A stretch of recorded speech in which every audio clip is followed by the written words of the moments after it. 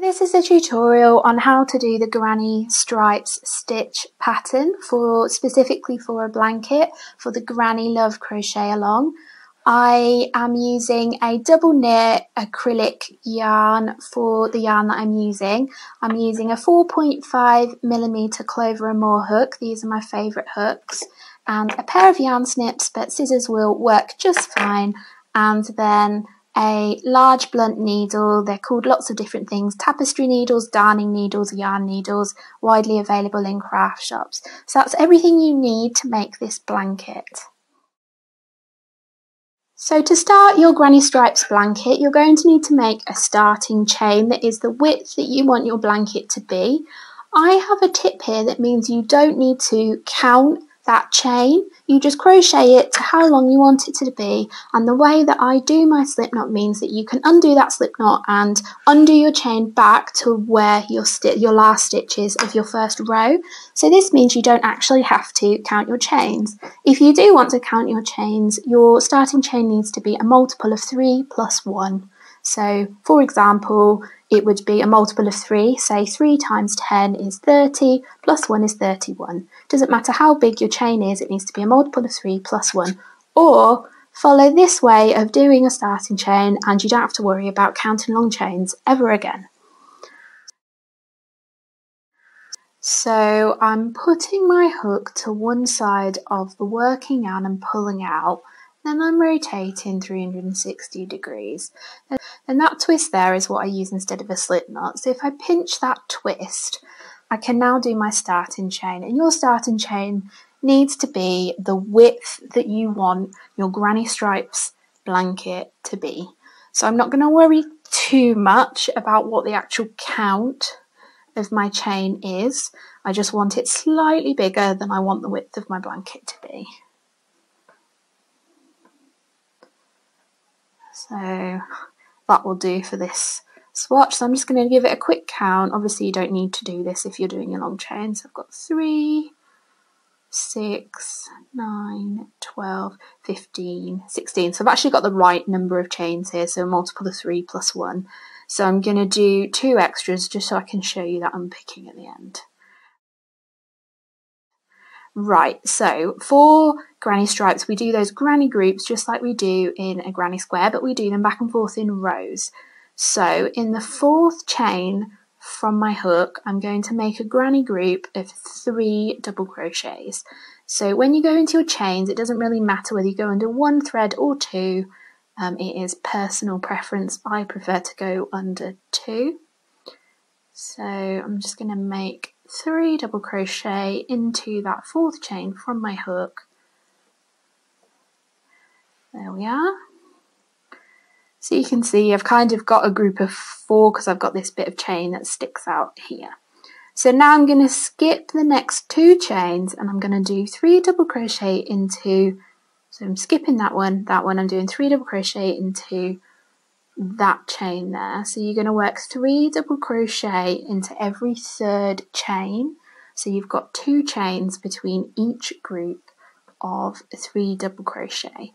And you're going to keep doing that until you get to the end of your chain, leaving a little bit of your chain left over so that we can unpick it.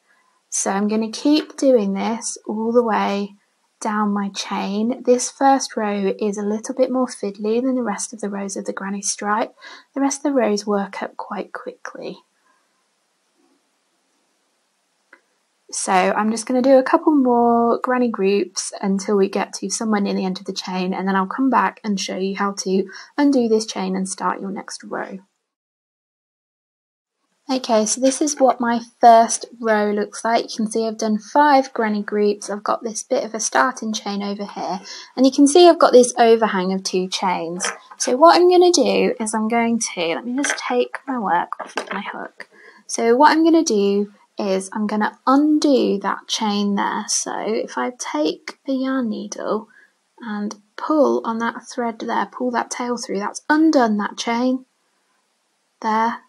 And then what I'm going to do is, you could keep undoing chains if you needed to. What I'm going to do is I'm just going to tighten that up. So there's a bit of a knot there. And that's how you start a blanket in rows without counting your chain. So to start round 2 of our blanket, oh, I'm losing that loop there. So to start round 2, I'm going to start with a chain of 2. I did try doing this with a chain of 3 to start with, and I found it too baggy, but if you're a tight crocheter or you do your chains tightly, do 3 here instead of 2, but for me 2 is fine. So now I'm going to flip my work, because when we work in rows we always work 1 row from the back and then we go back the other side in rows. So I've got 1, 2 there. So we're going to be working in the spaces just like with a granny square. So I'm going to be working in this space here. So I'm going to do a granny group in each of these spaces along here until we get to the last space. So we're doing our granny group of 3 double crochets into each space along, and then I will meet you back at the end of this row and show you how we finish off the other side of this row. So I've done a few more granny groups into the spaces along, and I'm now near the end of the row. So if you remember, we had this bit of chain that was sort of stuck out at the side. So we're going to do our last group of 3 into that chain loop there. So we'll do 3 double crochets into this loop here. So there we are, that is the end of row 2. So if you weren't changing colours at all in your blanket, you were using the same colour, you would repeat this. So you would chain 2, turn your work, and then work a granny group in each space along. Your last space is that chain 2 from the last round there, where your last granny group would be. But I'm going to show you how to change colours at the end of a row and also in the middle of a row, because I'm going to be doing a scrappy version of this blanket. So I'm going to have sort of colour changes mid-row and at the end of the row. Okay, so I've cut my end, and this is one way of changing colours. There are many ways of changing colours in crochet. So the way that I'm going to do it for these scrappy granny stripes is I'm going to take my hook off of that loop there, and then I'm going to put my hook into under those 2 loops there, and then I'm going to put my next colour yarn over the top of my hook, and then I'm going to pull a loop through those 2 strands we just put our hook in, and then now I've done this, I'm going to give that yarn tail a gentle pull to undo that last stitch there. So you can see I've sort of transitioned to the next colour. So you could tie those 2 yarn ends there together if you wanted to. I don't like knots in my work, so what I would usually do is sort of wrap them together like that and then weave the ends in. So I'm now going to chain 2 with my new colour, and then I can continue working across my row just as I did with the last colour. So I'm going to do a group of 3 double crochet into each space along, and my last space is that space just there. So I'm going to do that, and I'm going to do a bit more of the next row, and then I'll show you how I change colour mid-row.